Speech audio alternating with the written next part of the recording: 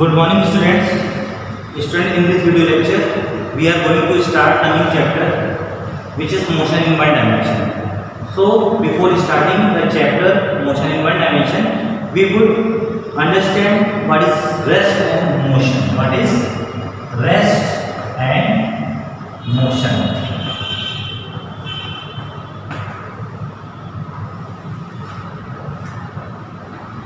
Students, if an object changes its position with respect to time and with respect to surrounding, then we can say the object is in motion. So what is motion? Motion is when the object changes its position with respect to time and with respect to surrounding, then we can say object is in motion. And when we talk about rest, so what is rest? When the object position does not change with respect to time and with respect to surrounding, so we can say object is at rest. Suppose you are seeing this blackboard, and when we compare this blackboard, when we observe this blackboard with respect to all the other things present in this room and with respect to time, after some time we saw that the blackboard is in same position. It means with respect to time and with respect to this surrounding, this is the position of this object. This blackboard is as it is not changing. So we can say the blackboard is at rest. So it means the observer is in this room observing the position of the blackboard with respect to surrounding, and it is saying that the position of the object is not changing. So this is the rest and motion. But student, these two terms rest and motion are not absolute. These two terms are not absolute. Actually both are relative terms. Both are relative. Means rest and motion both are relative. And what it means, suppose you are observing you are in a moving train. Suppose you are in a moving train. You are in a moving train and you are observing a person. You are observing a person which is sitting in front of you, and object and the person which you are seeing is at rest with respect to you. So, and when it is observed from the outside, the object, the observer, which is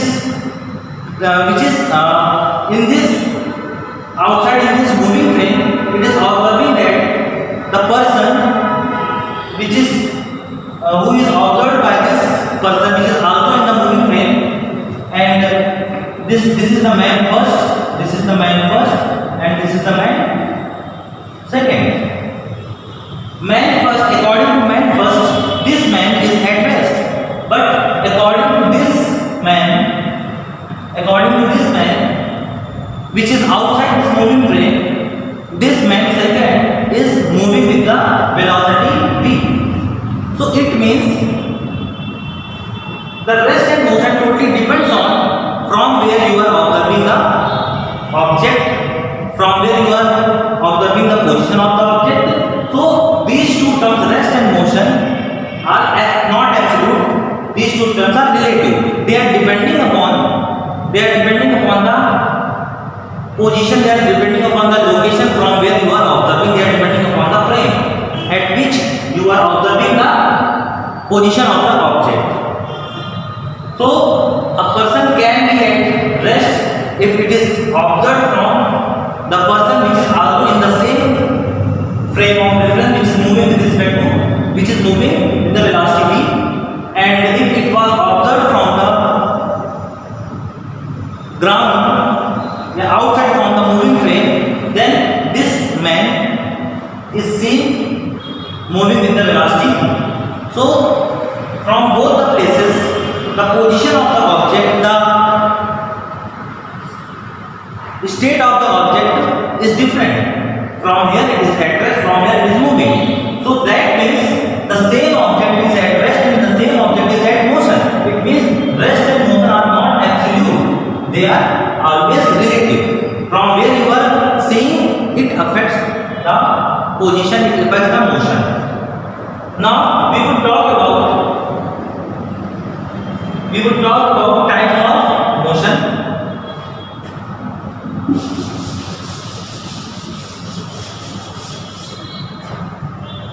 So first one is rectilinear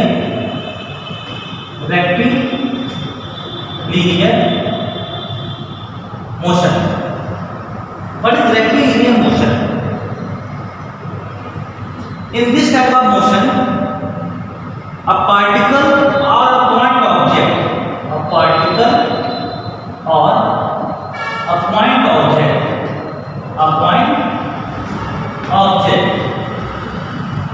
is moving in a straight line,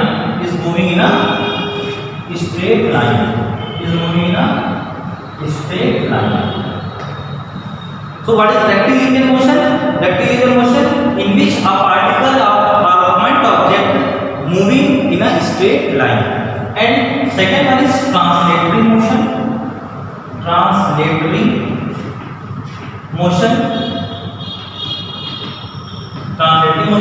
What is translatory motion? In which a number of point objects or the moving with the same velocity in a straight line.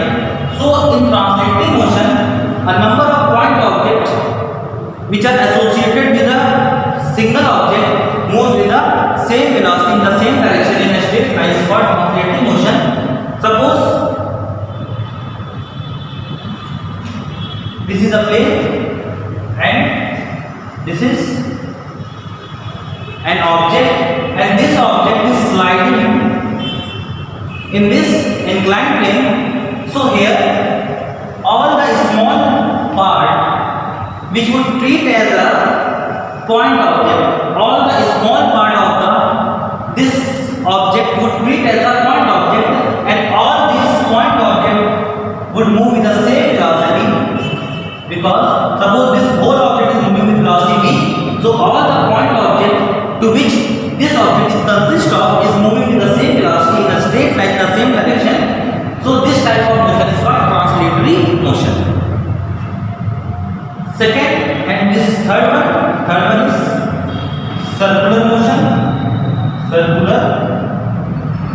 motion. This motion is analogous to this motion. So what is circular motion? In this, a particle, a point object, again a particle, a point object moves in a circular path, in which a point object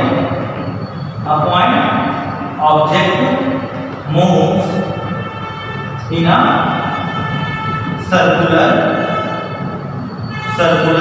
path. Fourth one, rotational motion.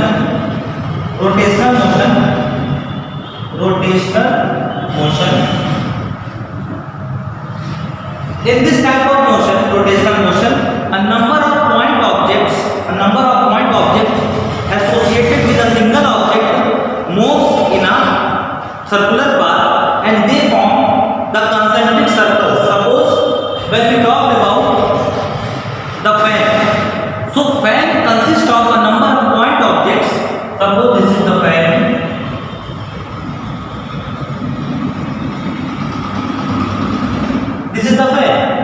And here the number of point objects to which this fan is consist of, there are small part of this fan, huge number of small part of this fan, and all the point objects, if the fan is rotating in this direction anti-clockwise, so we can say all the point objects are moving in a circular path and they are forming the concentric circles. circles all are forming the concentric circles. So this type of motion in which a object, we can say a number of point object associated with the object moves with the circular path and they form the concentric circles like this. So this type of motion is called rotational motion. So moving a fan is not a circular motion, it is a rotational motion. So we have talked about rest or motion. As I told you, what is rest? When the position of the object with respect to surrounding doesn't change with respect to time. So we can say the object is at rest with respect to surrounding from where we are observing the object. And in the same way, when the position of the object changes with respect to time according to with respect to surrounding, we can say object is at motion. But these two terms, rest and motion, are not absolute. Here absolute means if we say that this blackboard is at rest, so it doesn't mean that this is at rest from outside from the earth. If the observer is outside from the earth, so this blackboard is also moving with the velocity to which the earth is rotating around itself and it is moving around sun. So we can say from where that this is moving, but from the surface of the earth, from the earth frame of reference, we can say the blackboard is at rest. So in the same way, we can say that rest and motion not the absolute term, they are relative term. Okay, it depends upon totally from where we are observing the position of the object. Now the types of motion which I have told you, rectilinear, translatory, circular and rotational. There are two modes, vibrational and oscillatory motion. So what is oscillatory motions? Oscillatory motion and vibrational motion What is oscillatory motion? When any object moves to and fro from its mean position, that type of motion is called oscillatory motion. Suppose pendulum, simple pendulum, and this is the mean position of the pendulum, and if we displace it from its mean position by applying the force, and from here we just left the pendulum, so it starts coming towards the mean position and again goes to other side extreme position, and this type of motion to and fro from its mean position is called oscillatory motion. So what is vibrational motion? This is also the same as we have studied about the oscillatory motion, but in vibrational motion the amplitude is very small. Amplitude is very small. It means, suppose this is an atom, and it is moving here, again comes in the mean position, it goes in this direction, again comes in the mean position, then goes in this direction, mean position, then goes in this direction, again comes in this direction, goes there. So vibration of an atom in a solid, we can say that this type of motion is called vibrational motion, because here the amplitude is means the displacement in either side from its mean position. What is the amplitude? Amplitude is displacement of the object in either side from its mean position is called amplitude. And the amplitude, if the amplitude is very small, then we can say it is vibrating. And here you are seeing that this is the oscillatory motion. This is the big object and this is moving with large amplitude, so we can say this is oscillatory motion, and this type of motion is called vibratory motions. Now, so rectilinear, a particle or point object, important point is here,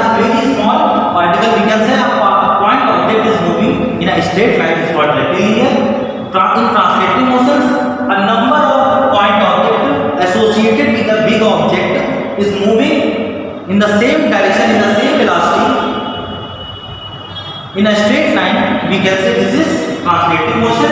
In circular motion, a point object moving in a circular path is called circulating motion, and in rotational motion, a number of point objects associated with the object, big object, is called moving in a circular motion is called rotational motion, just like a fan.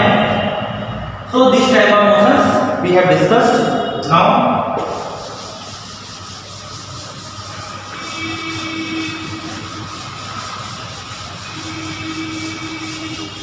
Now we will discuss motion in one dimension.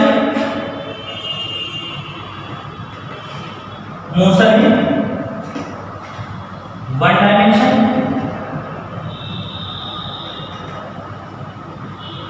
Motion in two dimension.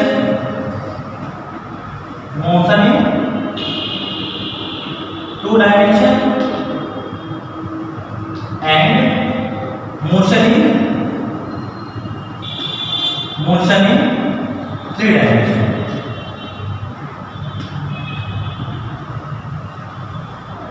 And the motion in three dimension. So before starting motion in one dimension, two dimension or three dimension, we would teach you frame of reference.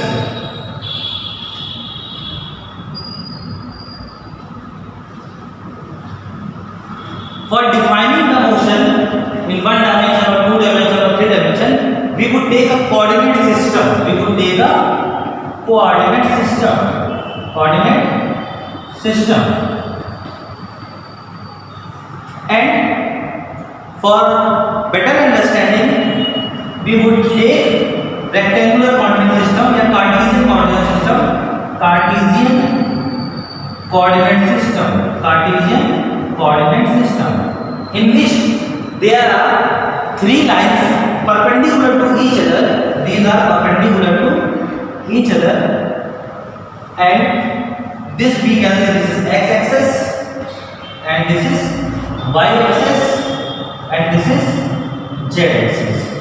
Okay, x-axis, y-axis, and z-axis. And in this coordinate system, if the motion of the object is along any one axis, it means if the object is moving either in x-axis only, if it is moving either in y-axis or it is either moving in z-axis. This type of motion is called motion in one dimension. Suppose a car is moving in a straight line. A car is moving in a straight line in a highway. So here we can take this axis as x-axis or y-axis. So we can give the name as the x-axis or y-axis. So the car is moving only in the x-axis, means only the x coordinate is changing and the y and z coordinates are constant. They are not changing because car is moving only in the x-axis, in the x direction, so the y value and the z value would not change. So this type of motion is called motion in one dimension. Motion in two dimensions, suppose this type of motion. Here car is moving such a way that both the coordinates x and y are changing and the third coordinate z is constant.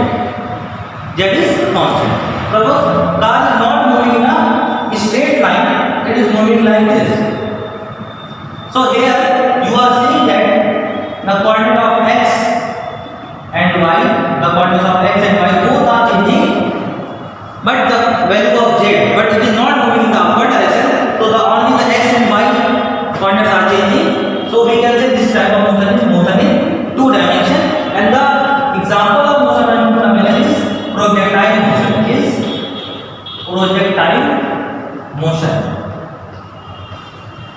In projectile motion, only the two dimensions are changed. So this type of motion, projectile motion, is the example of motion in two dimension, which we would study in the next chapter. And the motion in three dimension, in which all the three coordinates are changing with respect to time. So this type of motion is called motion in 3 dimension. Example, motion of a gas,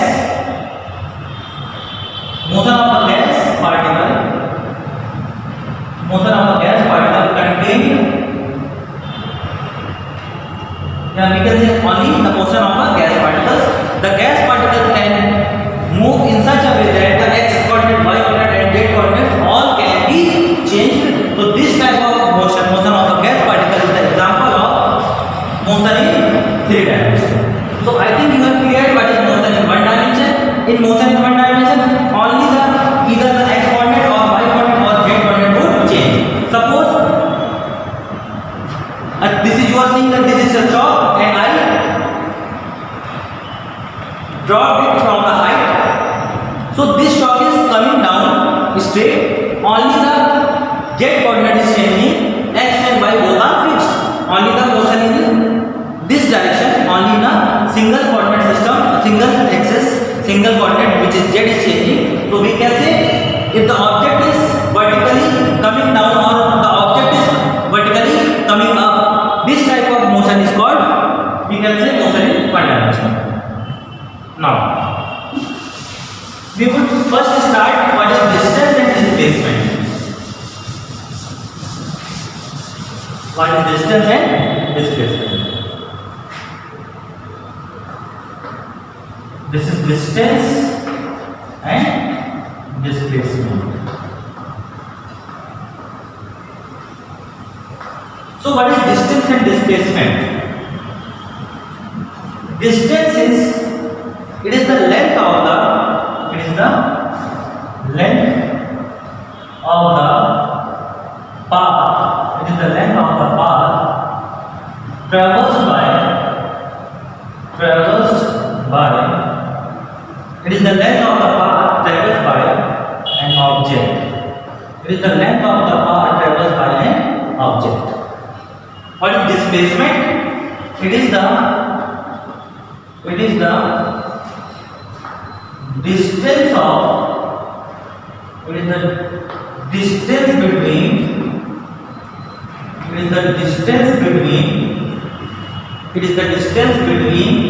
initial position,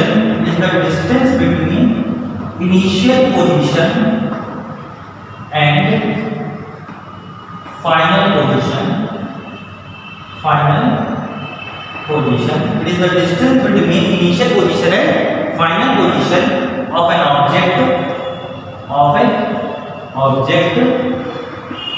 object.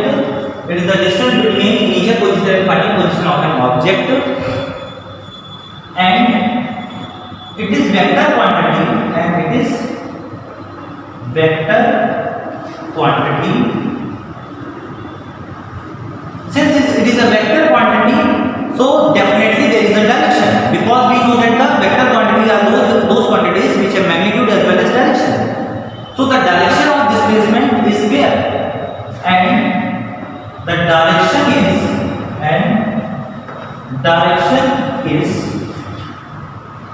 from initial position towards final position. So this is the distance and this is the displacement. Distance is a scalar quantity. It is a scalar quantity. It means it has only magnitude. There is no direction in the distance, but here there is a direction. So I have defined there is a direction. Direction is from initial position towards final position. So just take an example so that we can clear these two terms. So suppose an object is moving like this in a straight line, this position A, this position B, and this is suppose 16 meter. It is moving in a straight line A to B 16 meter, and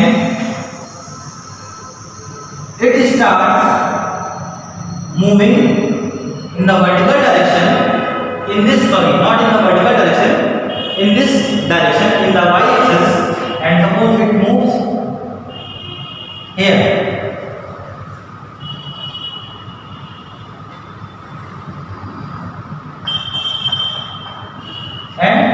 12 meter. It moves 12 meter.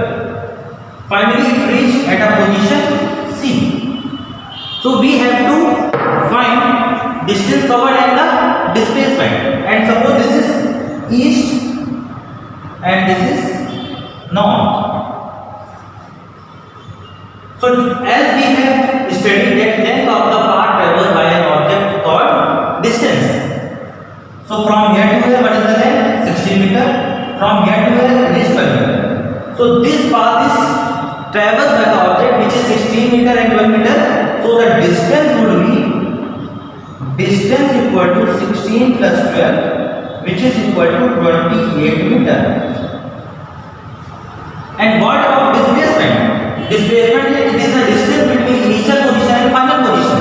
So we will focus only on the initial position and final position. We will not focus how it goes to final position from the initial position.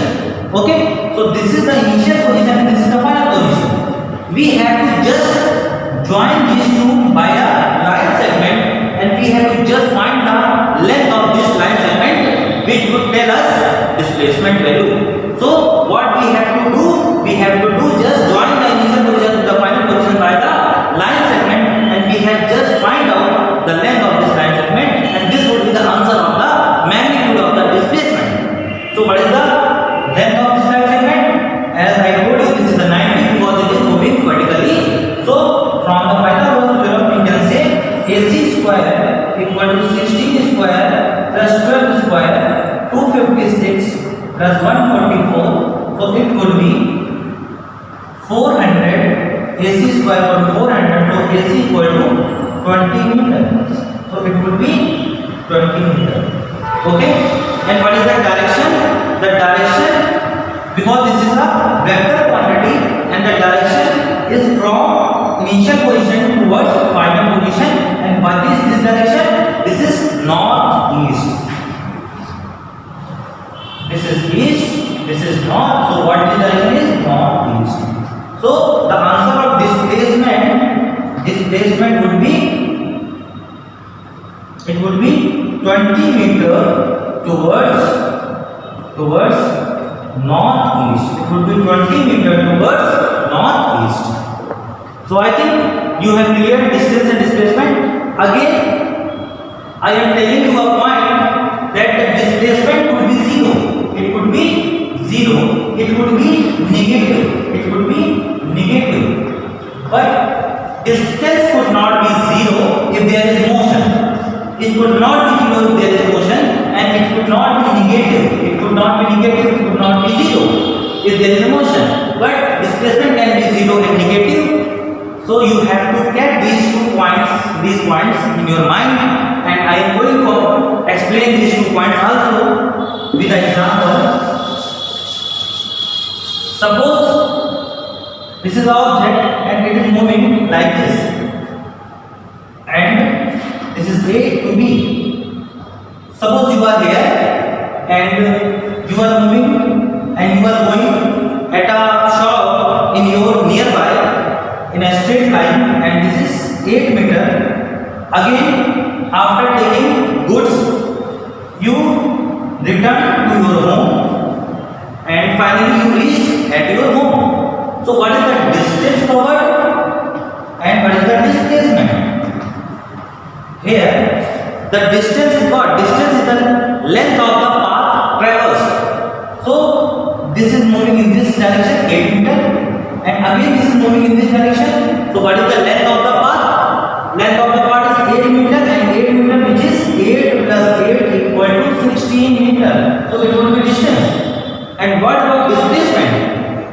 This is the initial position. From here it starts moving. What is the final position? The final position is also the same place. It means there is no line segment we can join because both are at the same place. So the displacement is zero.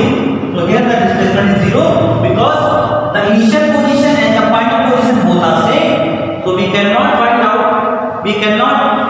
There is no displacement. The object is initially where, finally he is also at the same place.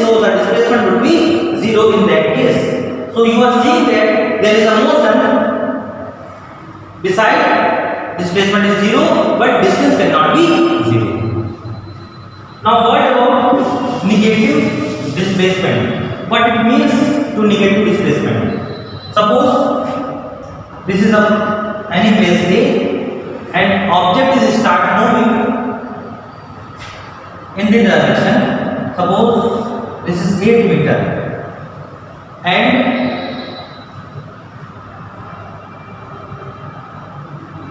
it turns back and start moving in this direction, and finally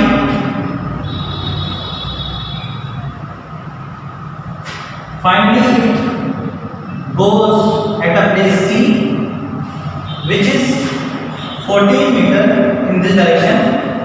So what is the distance and displacement for this type of problem? So you are seeing here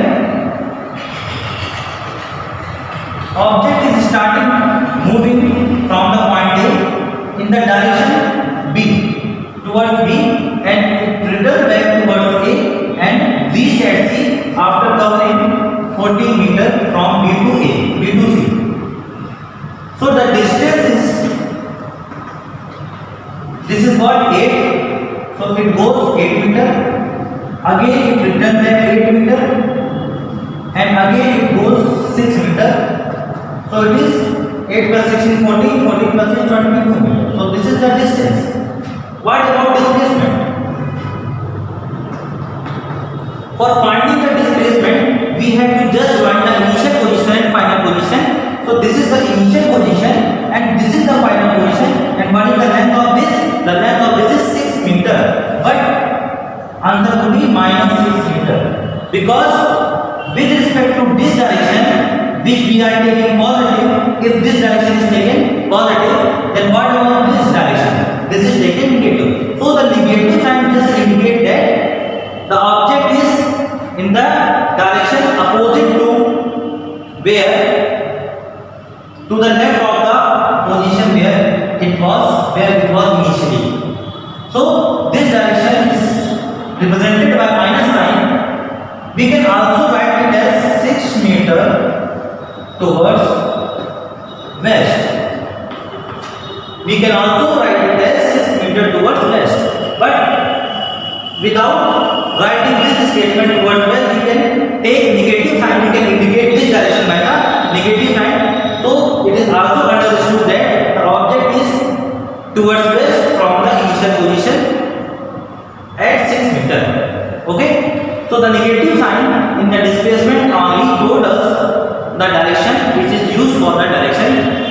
So I think you have cleared what is distance and displacement.